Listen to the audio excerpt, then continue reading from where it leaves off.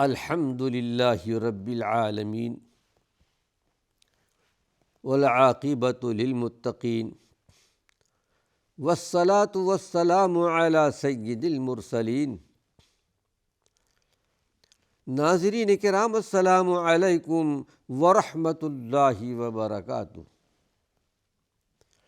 ایمانی صفات کا عنوان لے کر آپ کی خدمت میں حاضر ہوں۔ ایمانی صفات کے تعلق سے بعض آیات قرآنیہ کے فضائل کیا ہیں اس کا ذکر ہو رہا ہے۔ رب ذوالجلال ہم سب کو سمجھنے کی اور عمل کرنے کی توفیق نصیب فرمائے اور اللہ کی توفیق ہمیں حاصل ہو جائے۔ اللہ کی توفیق کے بغیر کوئی عمل نہیں کر سکتا۔ نیکیاں کر سکتا ہے تو اللہ کی توفیق سے، برائیوں سے بچ سکتا ہے تو اللہ کی توفیق سے۔ شعیب علیہ السلام نے ایک موقع پر کہا تھا، دین حنیف کی، توحید کی، لا الہ الا اللہ کی تبلیغ کرتے ہوئے، اے اللہ میں جو کچھ کر رہا ہوں تیری توفیق سے،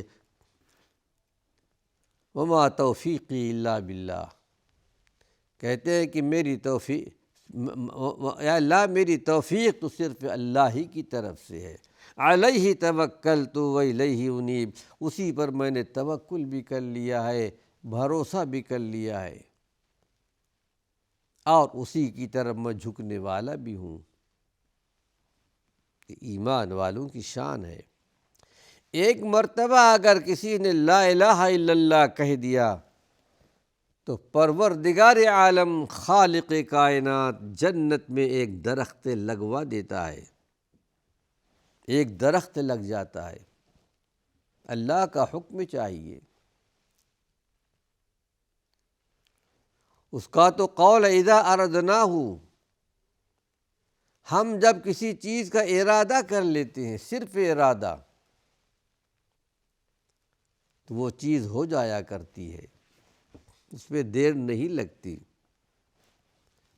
کسی سے بنوانا نہیں پڑتا۔ یہ اللہ کی شان ہے۔ پوری کائنات اللہ کی تابع۔ آئیے حدیث آپ کو سناتا ہوں، ترمذی شریف کی حسن درجے کی یہ حدیث ہے۔ روایت کرنے والے حضرت عبداللہ بن عباس رضی اللہ عنہ۔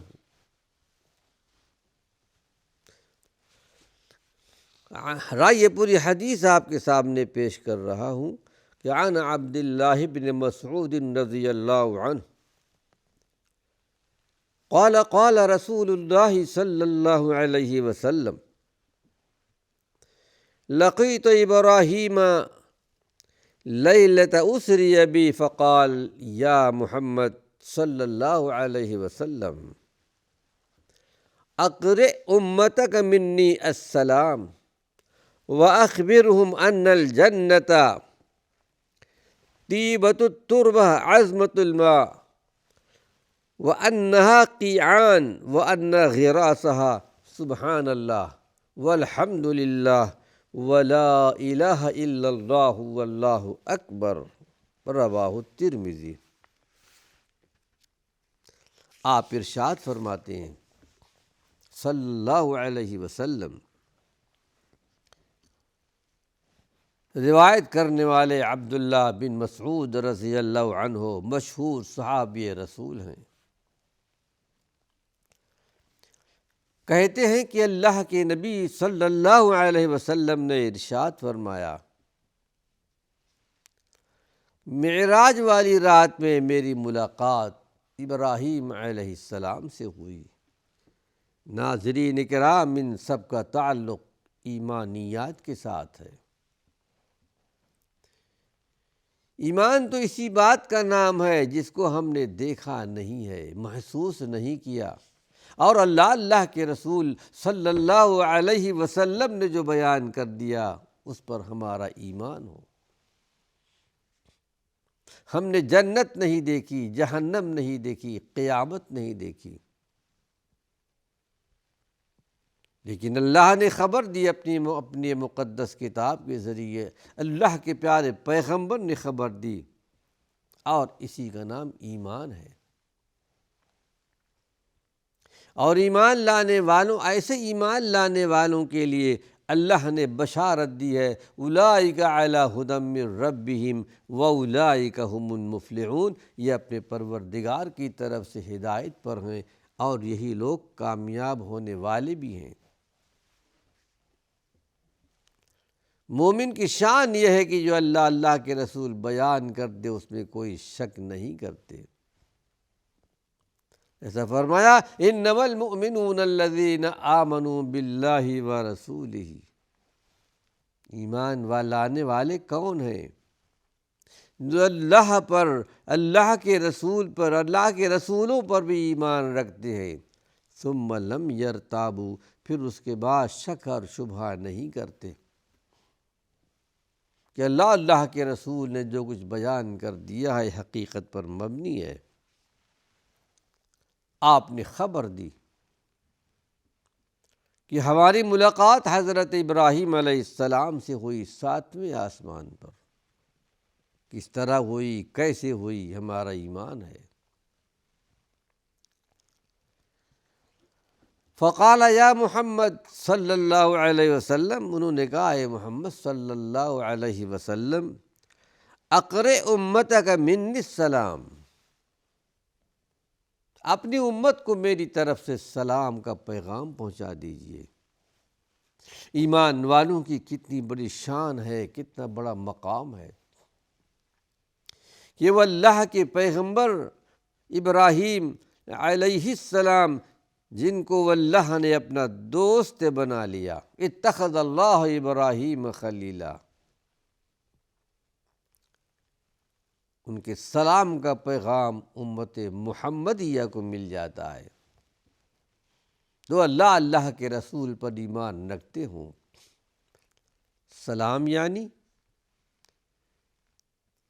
اے امت محمدیہ کے لوگوں، جو اللہ کے رسول پر ایمان رکھتے ہیں، ان کے لیے اللہ کی طرف سے سلامتی ہو۔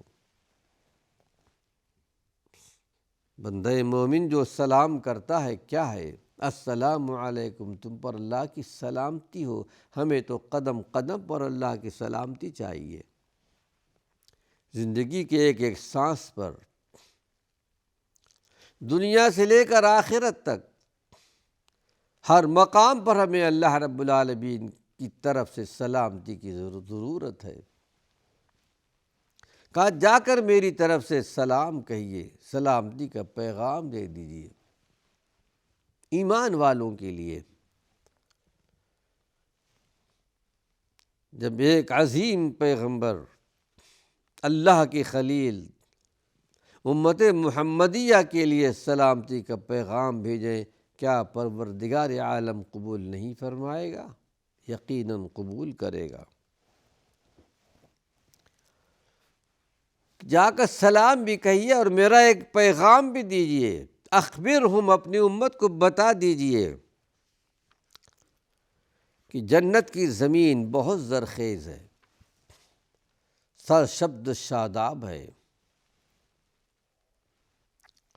اس کا پانی بھی بڑا ثمر آور ہے، درخت بھی اچھے لگتے ہیں، پھل بھی اچھے لگتے ہیں۔ دنیا کے اندر بھی جہاں اچھی زمین ہوتی ہے، اچھے پھل پیدا ہوتے ہیں، اچھی چیزیں پروردگار عالم پیدا کر دیتا ہے، بعض زمین بنجر ہوتی ہے، پیداوار بھی وہاں کم ہوتی ہے۔ فرمایا کہ پانی بھی بڑا ثمر آور ہے، پھل دینے والا، پھر کچھ جگہ خالی بھی ہے، اور اس میں درخت لگانا کیا ہے؟ جو خالی جگہ ہے اس میں درخت لگانا یا پڑھنا ہے سبحان اللہ والحمد للہ ولا الہ الا اللہ واللہ اکبر۔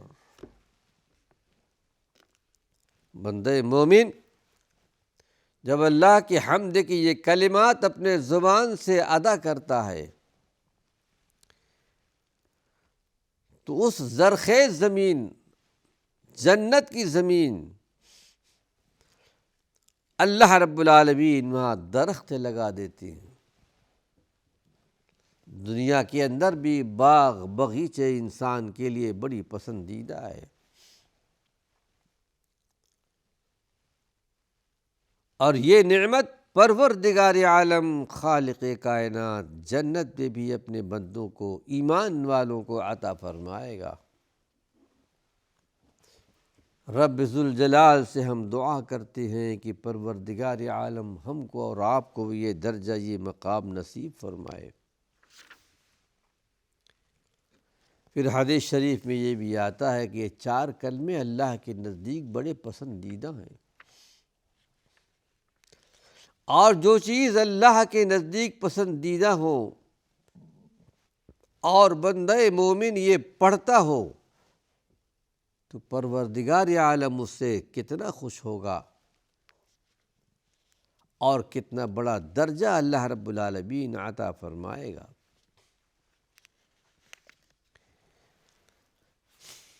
اور پھر جب انسان آخرت کے منزل میں قدم رکھنے والا ہو، دنیا سے مفارقت حاصل کرنے والا ہو، جدا ہونے والا ہو، اس وقت اس کے زبان پر لا الہ الا اللہ کا کلمہ ہو تو بشارت دی ہے اللہ کے نبی صلی اللہ علیہ وسلم نے کہ من کان آخر کلامہ لا الہ الا اللہ دخل الجنہ۔ اس دنیا سے رخصت ہوتے ہوئے جس کا آخری کلمہ لا الہ الا اللہ ہو، حقیقت میں وہ جنت میں جائے گا۔ اور بھی بہت ساری احادیث موجود ہیں لا الہ الا اللہ کی فضیلت میں، جیسا کہ حضرت موسیٰ علیہ السلام کے بیان میں آتا ہے، اے پروردگار عالم،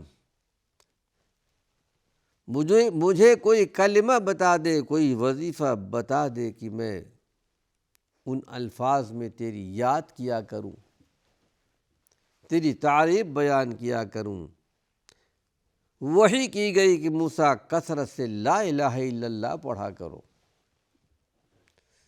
موسیٰ علیہ السلام نے جواب دیا، پروردگار عالم یہ تو سارے لوگ پڑھتے ہیں، جتنے بھی ایمان لانے والے ہیں، میں تو کوئی خاص وظیفہ چاہتا ہوں۔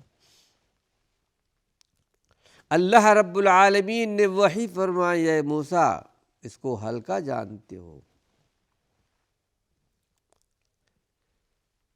اس کو اگر میزان کے ایک پلے میں رکھ دیا جائے، لا الہ الا اللہ کلمے کا جو ثواب ہے، جو مقام ہے، جو درجہ ہے، جو افضلیت ہے، میزان کے ایک پلے میں رکھ دیا جائے